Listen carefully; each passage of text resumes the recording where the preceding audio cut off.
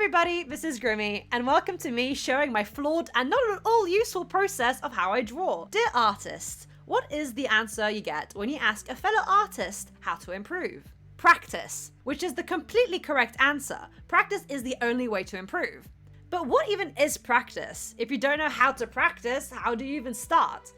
I know that was a common frustration when I was younger, so therefore, I decided to make this video to show how I personally practice, and maybe it'll help some of you beginner artists get started. I want to be super clear, this isn't a tutorial, just a showcase of how I personally practice / draw. Since I was self-taught for majority of my life until I was about 19, a lot of my art habits aren't professional and are not a fits-all advice. I do better with being asked a specific question of how to improve. Vague questions are the bane of my existence. I usually don't draw something unless I need to for a reason, like an animatic or a comic. For example, I never draw boats. So the only time I start practicing drawing boats, especially detailed, is if I need to for a commission or something. So if you see something I do and go, hey, I think that could be done differently, or I have a better technique, you probably do. But this is how I do this, and it's how it works for me, at least for now. Everything is subject to change, as is life. Anyway, how I practice. I did all of these recordings on Twitch and also on a channel members only live stream. And all these practice requests were suggested by some of you lovely folk on my community post. I really appreciated the variety of ideas, even though I think my video topic was maybe a little bit misunderstood. Again, not a tutorial, just a showcase of how I personally do things, and maybe something I do or say will help a fellow artist. Also, how dare you, some of you, suggest I practice things I'm really bad at. Whoever suggested buildings, I'm on to you. I have two techniques, referencing and tracing. Tracing for the sake of personal practice and fun is completely valid and not a crime. It only becomes an issue if you trace another artist and claim that traced artwork as yours. And also with photos. I typically trace an image to learn how the object or person is realistically composed, and then I redraw it myself a few times, referencing the tracing I just did, with the goal of adapting it to my style. I don't do this one as much, mainly because I prefer my other technique. So I'm gonna trace these because there's loads of spikes and things going on, and it makes me want to cry. So I'm gonna rough out the general shape. The thing about tracing, right, is that you're not meant to trace it to make it look identical. The thing is to practice, like, seeing what everything is. Like, obviously mine's not identical, but I have to, like, adapt it to my style, which that's the point. Because when you're tracing something, because you have to draw it for whatever reason, you want to be able to then replicate it constantly, and, like, be able to draw it whenever you want. So, obviously, if I just trace it all the time, it's not gonna help me learn, like, where anything is. So I need to, so the tracing is just to, like, you know where things are, know how it feels, like, get a vibe for it without sobbing over the amount of spikes that are happening. And then, once I've traced it, I'm gonna have a better idea of where everything is, and then I'm gonna recreate it, again. So because this is practice, I don't have to post it anywhere. So because it's practice, I don't have to post it anywhere. It's not going to be in any official artwork or anything like that. So it's just a practice. It doesn't matter what I do with it. But if I had to draw a pangolin for like a comic or something, I would then, you know, with this practice, I would find a way to replicate it in my style without sobbing over every single little spike, because I don't hate myself. I'm not one of those people who's just like, oh, I love this animal, so therefore I'm going to put it in my comic, even though it's painfully hard to draw. You know, I'm not insane. I appreciate my mental health. So I would then find a way to adapt it into my style, especially because I don't have, like, a massive, like, realistic style. It's quite cartoony in a way. So I can afford to, like, not have to make it look realistic. I just have to give the vibe of the animal, essentially. Got loads of, like, stuff going on here. I'm just gonna... So yeah, it looks like a pangolin, but this looks really stiff and really boring and stuff like that because I just traced it from a photo. And then there's a little baby, because it's adorable. Look at it. It's so cute. Look at it. It's just a little guy. That's a little guy. He's got little claws, which is great for me because I love drawing claws. And then it's got all these little spiky things, and it's great. These little scales looking things. You know, and all these things, which I'm gonna sob if I have to draw them continuously, so we're not gonna do that. Because I don't hate myself. Yeah. Yeah. Yeah. Just gotta give the vibe of the animal. I don't draw every single scale on a fish. I'm not gonna draw every single scale on a pangolin. Alright. Alright, so these are traced, right? And now that I've traced them, what do I do? Claim them as my own? No, because they look stiff, they don't look like my style. So what I do is, with still with the references around, because I'm still gonna need them, is that I'm going to redraw it using referencing from my tracing. Now that I have an idea of what it's meant to look like, how it feels to draw it, I'm gonna do it again. So I'm essentially just referencing, basically, again. Like, at the end of the day, my technique for drawing is just referencing, for practicing, rather. It's just referencing until something clicks, essentially. But sometimes if something's more complex, like a pangolin like this, you wanna maybe trace a little bit just to get a vibe for like where things go and stuff like that. But at the end of the day, nothing beats hand-eye coordination. And I have never drawn a pangolin before, so this is gonna go terribly, but that's okay. I'm just gonna draw it how I see the animal, and it's got a little nose like that. So I'm gonna draw it in my little cartoonish style, which means it has all that. Okay, so it kind of goes like that. Goes in rows, and it's got a tail. Usually what I like to do with animals that have loads of patterns like that, I like to do the outskirts to like see where I want it to go personally. And then I just do like that to fit my style better, basically. So I'm not gonna have like all the different perspectives and like the depths and everything, because that's just not my style. My style isn't that complex when it comes to like perspectives and stuff like that, mainly because I hate drawing it because it's just tedious and makes me want to sob. But also, I want to draw things in the way I like, you know? So even if it's not accurate, it doesn't matter because it's a cartoonish style. So like, to be fair, if it was like an animal I was drawing for a comic, I'd probably do something like that, you know? Anyway, so I'd probably give it like a mouth. I'd probably give it like not accurate hands and stuff like that. I'd make it have like expressions that normally wouldn't have. But, you know... And then I just give the vibe of the animal. So, you know, wherever the hands are going. I don't know where they're going. And I just give it a little vibe. So, yeah, so the scales here, I see that the scales are going over, like, these scales, but, like, they're still, like, layering, right? So I'm still going to do the layering, because that's how the animal works. And there's more stuff going under the animal. But at the end of the day, you know... This is probably how I would draw one. A bit more sketchy, a bit more whatever.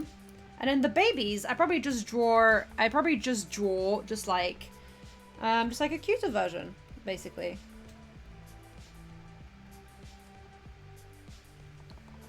Like a little bibby.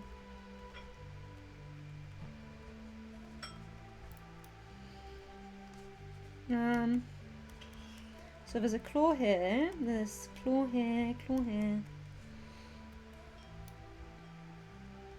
Like, I don't see the mouth there, but that doesn't matter, because in my style, I like drawing mouths. So let's be a little baby, and a little blush, because why not? And if I wanted to make it like, you know, be like, oh, I want this to be like a little girl, I could put little eyelashes if I want to. Obviously it doesn't have to, depends on the character, but you know, I would make it like clear it's a little baby.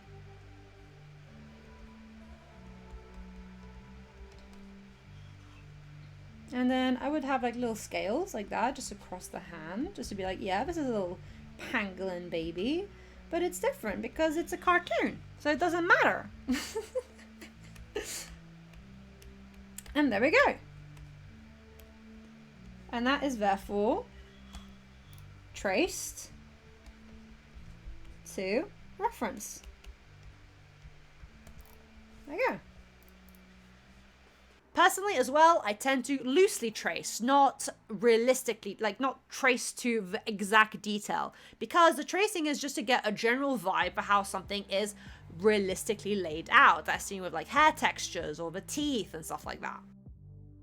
So there are like people do use brushes these days to like replicate hair, but I feel like knowing how to like draw is a good idea. Again, because I have a very simplistic art style, my art style will like get the general vibe of the hair, but won't go into massive detail in between it. So for example, with like with this one, for example, there's a lot of curls going on, loads of curls. So I could do all of this manually, but for me personally, that'd be really tedious. But I feel like understanding like the way the hair curls is a really good idea, and like get a vibe for like the direction it goes. And so I feel like in these moments, like loosely tracing is a good idea, just to get like a feel for it. For here, for example, we've got little fluffs, stuff like that, and then like that. I love drawing fluffy hair. It's beautiful. It's got twists and curls. Some have like bigger curls. Some have more like smaller twists. Some are more wavy half curls. Straight hair.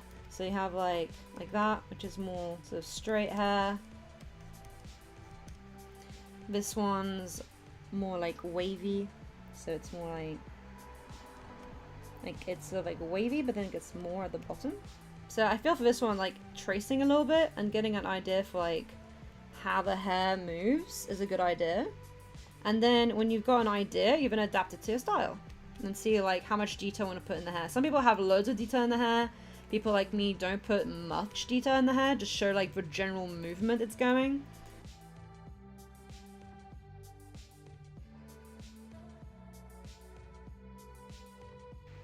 You can get like a different vibe for like all the different styles and everything, and then you can add like as much detail as you want.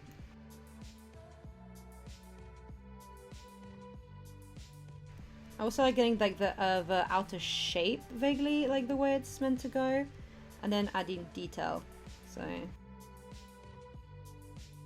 and then obviously you have different hairstyles, whatever you want. But it's like you can look at different people's hairstyles and then like reference it that way. But like knowing your different types is a really good idea, and like how fluffy it is, how curly it is, how thick the curl is, how thick the hair, how thin the hair is. But it's like, personally, because I have a very simplistic art style, I like to do the overall shape and then add detail. So for example,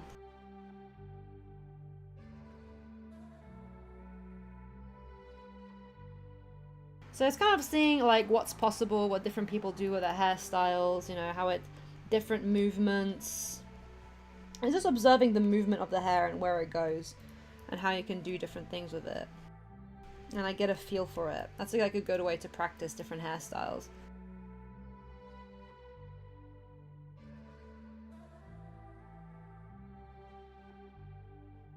Just to get a general vibe for like how things move.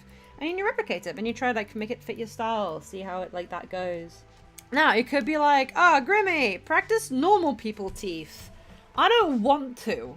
I don't want to practice normal people teeth. I want to practice dope as sharp teeth. And I'm gonna do that by looking at one of my other favorite characters, Sabretooth. Just draw the mouth and then I just draw sharp teeth. But sometimes I want to draw teeth like this. And so, yeah, you have to know where the teeth go in the actual mouth, but that's boring, when you could instead just be drawing dope-ass teeth like this. I love doing studies of my favorite characters' teeth. I think that's awesome. I'm saying teeth wrong, and that's okay. Like stuff like this. It's cool. It looks dope. You can look at like, you know, actual drawings and see like where everything goes, for example, if you want to do that. You can do that sort of study if that's what you're up to, that's what you want to do. So you do like a mouth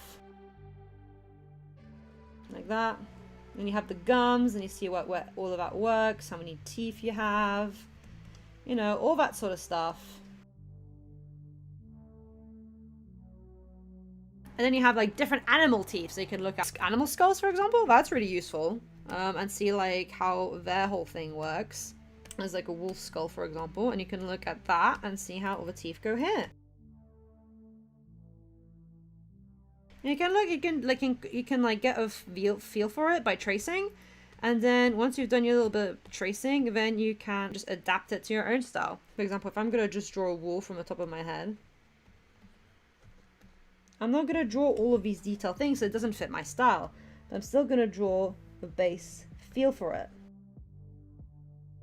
because I have a vague idea of how all of these work. So then I can replicate it and give it the vibe that it needs to have. Because there's just too much going on. There's too much going on and I hate it and I don't want to draw this. This is awful. This is awful. Everything about this is awful. I hate it. This is one of these things that I'm practicing because I was told to practice it and I hate it and I don't want to. And there's too much going on. Oh my god. This is... No. I hate it. I don't want to do this no more.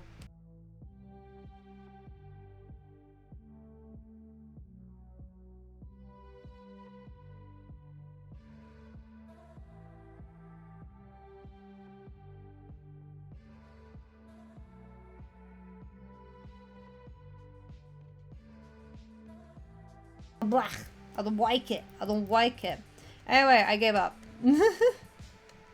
I will admit defeat. I don't like drawing. I gave up. You get the idea.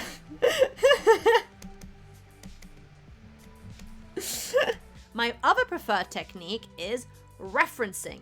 References are an artist's best friends. Hand and eye coordination is a great skill to develop, and drawing using references is a great way to practice that. Still life classes are also an ideal way to improve in hand-eye coordination.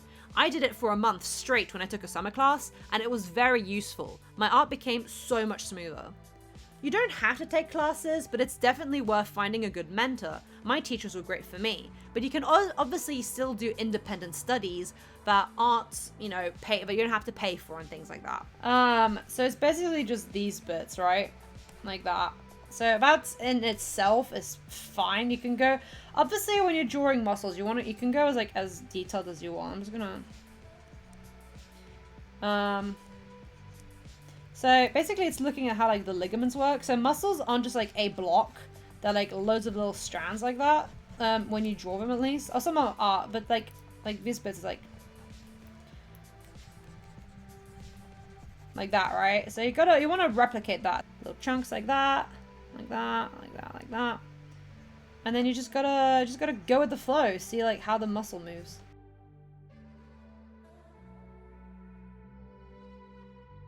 Just gotta go look at the thing and then draw that. And obviously you can go as detailed or not detailed as you want. Obviously because like, for example, cartoons have like no details, some of them. Like children's cartoons especially. Very little detail, but you can tell what everything is. But if you want to go like more like gruesome and stuff like that, then you want to go over detailed. You want to go over more detail than you would see. So then you would like exaggerate the details and stuff like that and make it look like freakier than it actually is in real life and stuff like that. But like drawing just this is a bit like whatever, because it's just essentially just like the muscles covering the spine essentially. So it's kind of like, you know, if you wanted to just be cartoonish, you would just draw like the muscles, whatever, then like layers, maybe a couple things. But if you want to go super gruesome, super horrific, then you can add more. You can add bloody bits. You can shear like tearing or whatever. You can do whatever you want. When you look at certain manga and certain like art styles, you can have like way more detailed stuff. You have like some people that do like super detailed stuff, especially like over the top for like certain fights, or like the muscles are completely inaccurate or whatever. But it doesn't matter because it looks cool. But it's good to know like the basics of like how everything's meant to look, like all like you have like loads of little details, like stuff like that and here and whatever, and shadows and veins and all this stuff. You can go as detailed as you want, but it's just good to like look at it and like see like what it's actually meant to look like, experiment, fail, you know, whatever. Just have fun, just look at it, observe it, you know, do a bit of everything. You get a feel for it. And also like veins are slightly protruding, so you want to add like the bump for like to show it's a vein, and stuff like that. But like if I wanted to add veins and shit, I would make it like more like protruding and whatever, because that's what it looks like. If you see it here, it's like slightly protruding. Looking at how like faces work and stuff like that to practice expressions is really good. I like to copy my own expressions, like to see how I feel when I make faces, and sometimes how like feeling how the face moves when I do certain exaggerated expressions really helps me like feel how I want to draw it. So I do a lot of like when I practice emotions and stuff like that, which is my favorite thing. I often practice based on how I feel my face move personally. But to do extreme expressions, it's just good to look at how like the actual human faces move.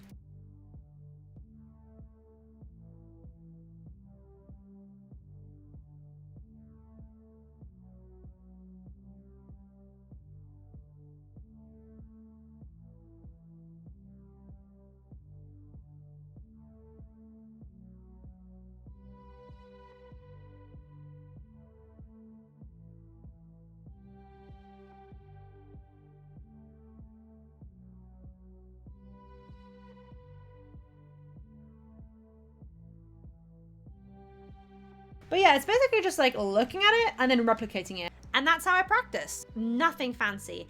It's basically just a case of monkey see, monkey do. I see reference, I draw reference. Art improves. Woohoo! So for scars, like for example, when I draw my Sam design and I have a scar, you have to remember that a scar has cut into the skin. It's cut into it. It's cut. So if you have a scar that goes like, remember that this bit has been cut into. So you want to like make it have a little bump, stuff like that. Because it's cut into the skin, it's cut into the flesh, and it's stayed behind a little bit. It's like chipped a little bit, chipped away at the body. But again, like with everything, it's all about referencing, looking at real life and how real life stuff works, and like the rules of the real world when it comes to burn scars or weapon scars or whatever. There are loads of artists online that sort of have done like realistic gore and realistic cuts and injuries and whatever, without you having to look at real life injuries. So if you do look like art of something, then you'll find other artists who have done stuff, and you can use them as inspiration to see how they like made it. So I'm gonna draw a scene. I'm gonna draw a scene of one of my favorite characters currently, Endeavor, just chilling in a scene basically. And I've got a reference up for what I want. So just so you guys know, I'm gonna use this reference, but I'm not gonna have it on here. I'm gonna have it in front of me.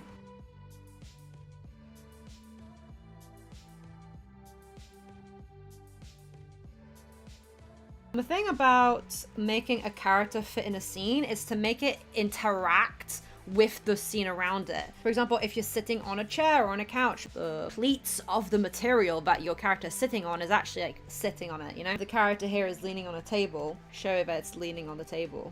Have it interact with the environment and make it seem lived in, and that's by adding shading.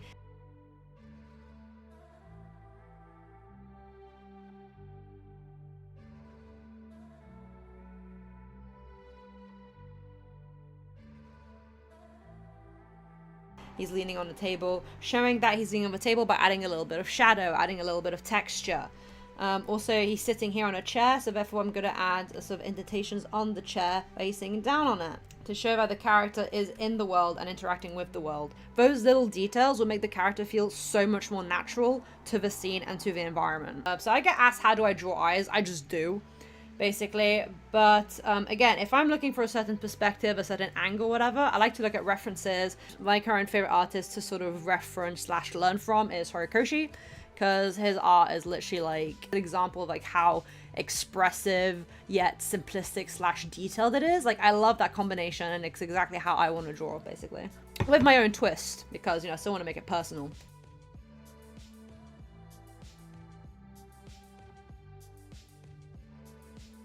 So for eyes, I just draw whatever shape I want. Obviously for eyes, when you look at real life eyes, they have like little indentation here and like whatever, and like eyelashes, bottom eyelashes, whatever you want it to be. And then you have all of that. But again, it's just a question of looking at references and then just adapting it to your style, seeing how you can break down the real world shapes, the real world design to better fit your drawing style, is, you know, how I do it. So I just been practicing for years and years with like different art styles and different techniques to find a style that I personally like.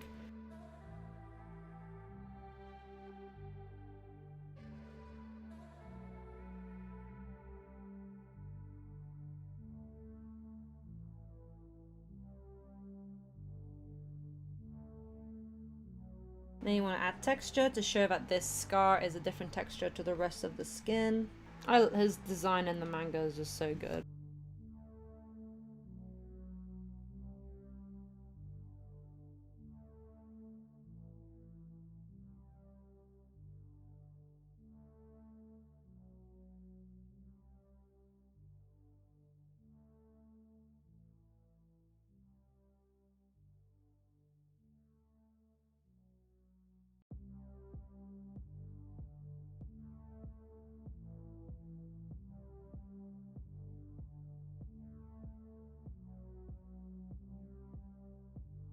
You know, got a bit of shading going on maybe, so it's like this bit is dark.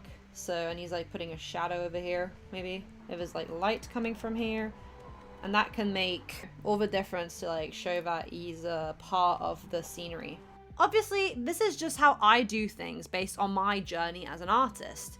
You're on your own journey, and you're gonna have to figure things out yourselves alongside the help and advice you'll get along the way.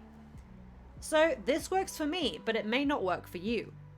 If something did resonate with you, and you found even just a single phrase useful on your art journey, then this video has served its purpose. If not, too bad, maybe somebody else can help you better. Remember, art is a skill. You have to develop it and work on your weaknesses, which we all have. But don't forget to have fun. At the end of the day, what you draw, how you draw, the direction your journey takes, that's all up to you. I just think practicing and widening your horizons will make it even more fun. You can do whatever you want. You can like make it bigger, make it smaller. You can like add details. Like if you're doing like a bull centaur or something like that, you just do what you want. You just have fun. You just have a good time with your fantastical creatures that are fantasy anyway. So it doesn't really matter if they're realistic or not because they don't exist. So it's fine. Just have fun. Just have fun. Have a good time. Enjoy your funky little creatures, you know? You know, if you want to be able to draw like fantastical creatures, let's say a minotaur or something like that, you gotta know what a bull looks like and what a torso looks like and stuff like that. So you gotta be able to draw the two things separate and then you mash it up together and then you have a weird funky creature and we love to see it. And that's the video. A very special thank you to my channel members. Melahai, Peppermint, Konarastar, Eleanor, Obsidian Eyes, Tammy, Lady Gwen 88, Alvex Arts, Rosada Gaming, Melon Comics, Secret Rose, Halliday 316, Kirby Knight, Phaedra Dixon, Egg, Mr. Z, Nix the Raven, Buttercup, Luna Valmive, Hatsui Kaz, Fuvi, Amethyst Draws, Citrine, Sammy Gay Squad James, Keaton _JB, Four Eyes, and Gordon Shakasim. Thank you for watching, and I'll see you next time. Bye bye!